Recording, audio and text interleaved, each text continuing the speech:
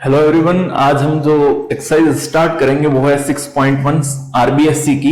इस एक्सरसाइज के अंदर हम कंटिन्यूटी चेक करना सीखेंगे। किसी भी फंक्शन की कंटिन्यूटी चेक करना हो या ये पता करना हो कि वो फंक्शन कंटिन्यूअस है या नहीं, तो इससे पहले हम पढ़ते हैं कंटिन्यूटी होती क्या है। तो नाम से पता पड़ रहा है कंटिन्यूटी या सातत्यता एक ऐसी प्रॉपर्टी है किसी भी फंक्शन की जिससे हमको ये पता पड़ता है कि वो फंक्शन अपनी पूरी टाइम पीरियड के अंदर कहीं भी कटा हुआ तो नहीं है या टूटा हुआ तो नहीं है, ब्रेक डाउन तो नहीं आ गया उसके अंदर। अगर ऐसी कोई भी बात होगी तो वो फंक्शन कंटिन्यूअस फंक्शन नहीं कहलाएगा। एल्स अगर वो फंक्शन बिना रुके अपनी वैल्यू को बढ़ाता रहता है तो उस फंक्शन को हम कंटिन्यूअस फंक्शन कहेंगे। जैसे इसको एक एग्जांपल के अंदर हम समझते हैं। जैसे दो एक्सिस दे रखी है, उन एक्सिस के बीच में एक टाइम ड्यूरेशन 0 से लगा के 2 पाई, 0 से लगा के 2 पाई पर हमने एक वेव बनाई।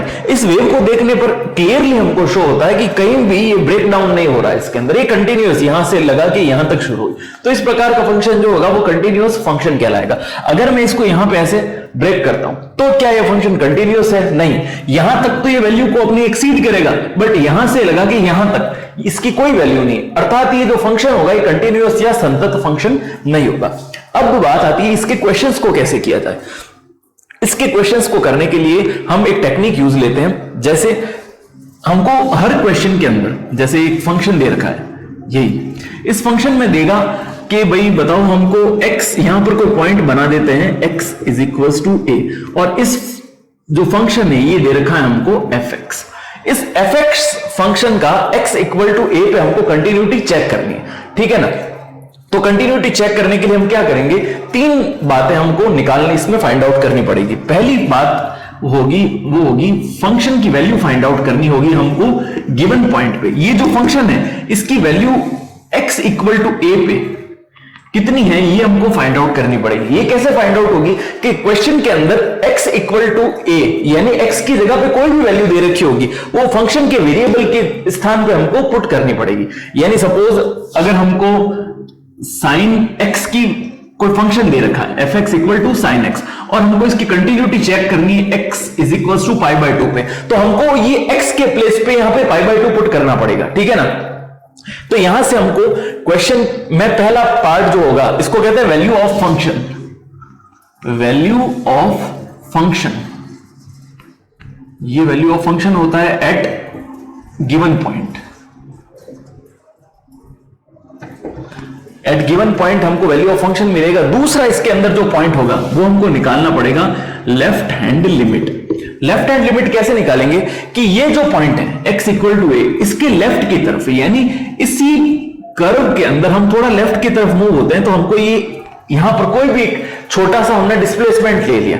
डिस्प्लेसमेंट यानी थोड़ी सी दूरी, यानी माइन्यूट, बहुत छोटी। इस पॉइंट पे हम फंक्शन की वैल्यू निकालते हैं, इसको हम कहेंगे LHL, ठीक है। तो LHL निकालने के लिए क्वेश्चन में क्या करना पड़ेगा, हमको हमेशा एक बात लिखनी है लिमिट h टेंडिंग टू 0, यानी h जो है वो मूवमेंट है। अब h कौन सा मूवमेंट है, h वो मूवमेंट है या h वो विस्थापन है कि जो x बिंदु से लेफ्ट की तरफ हुआ। अब टेंडिंग टू 0 का मतलब कि वो जो विस्थापन था वो छोटा सा, वो बहुत छोटा था, बहुत ही सूक्ष्म था, यानी 0 के बराबर। इसलिए ये अपन क्या लिखते हैं, लिमिट h टेंडिंग टू 0। और जो फंक्शन होगा इस बार लेफ्ट हैंड लिमिट के अंदर हमको क्या करना पड़ेगा, जो भी फंक्शन है उस फंक्शन के अंदर ये जो पॉइंट दे रखा है इसमें से h को माइनस करना है। माइनस क्यों करना है, क्योंकि जब भी हम नंबर लाइन के ऊपर लेफ्ट की तरफ मूव करते हैं तो हमेशा हमको डिक्रीमेंट होता है, यानी संख्याएं कम होती जाती है। जैसे ये 0 है, इधर 1, इधर 2, इधर -1, इधर -2। तो इन सभी के अंदर हम देखते हैं कि लेफ्ट की तरफ जाने पर हमको नंबर्स का डिक्रीमेंट होता हुआ दिखाई दे रहा है। तो जब भी हम left hand limit find out करेंगे उस केस में फंक्शन का जो वेरिएबल दे रखा होगा उस वेरिएबल के प्लेस पे इस पॉइंट में से हमको h का डिक्रीमेंट देना है और फंक्शन को एज इट इज लिखना है और उसको फर्दर सॉल्व करना है। और इस मोमेंट के सबसे लास्ट पॉइंट में, इसके सबसे लास्ट पॉइंट में h के प्लेस पे हमको 0 पुट करना है और हमको वैल्यू फाइंड आउट करनी है। और तीसरा इसके अंदर हम जो फाइंड आउट करेंगे वो होगा right hand limit. Right hand limit में भी हमको ये के प्रोसेस करना है, limit h is tending to 0 और f a प्लस h। इस बार हमको पॉजिटिव इंक्रीमेंट देना पड़ेगा। जैसे x इक्वल टू a पे तो हमने वैल्यू निकाल दी फंक्शन की, फिर इसकी लेफ्ट की तरफ गए, अब इसके राइट की तरफ हमको जाना पड़ेगा। यानी नंबर लाइन में जब हम राइट की तरफ मूव होते हैं तो प्लस का इंक्रीमेंट, यानी नंबर्स बढ़ते हैं, 1 के बाद 2, 2 के बाद 3, फिर 4, इस प्रकार से आएगा। तो इस फंक्शन में जो भी पॉइंट दे रखा होगा उसमें कुछ ना कुछ हम वृद्धि करेंगे, यानी प्लस h। अब वो h कितना है, बहुत ही छोटा, यानी वो h इज टेंडिंग टू क्या हो रहा है, 0 की तरफ बढ़ रहा है, यानी बहुत ही छोटा इंक्रीमेंट देंगे। तो ये तीनों वैल्यूज निकालने के बाद हमको देखना है कि ये तीनों वैल्यूज एक जैसी आ रही है कि नहीं। अगर लेफ्ट हैंड लिमिट जो है वो fx के बराबर आ जाए और वो कि वो वैल्यू हमारे किसके बराबर हो, राइट हैंड लिमिट के बराबर, ठीक है। अगर ये तीनों वैल्यू सेम आ गई तो हम कहेंगे कि जो फंक्शन है वो कैसा है, कंटिन्यूअस है, कंटिन्यूअस है या संतत है।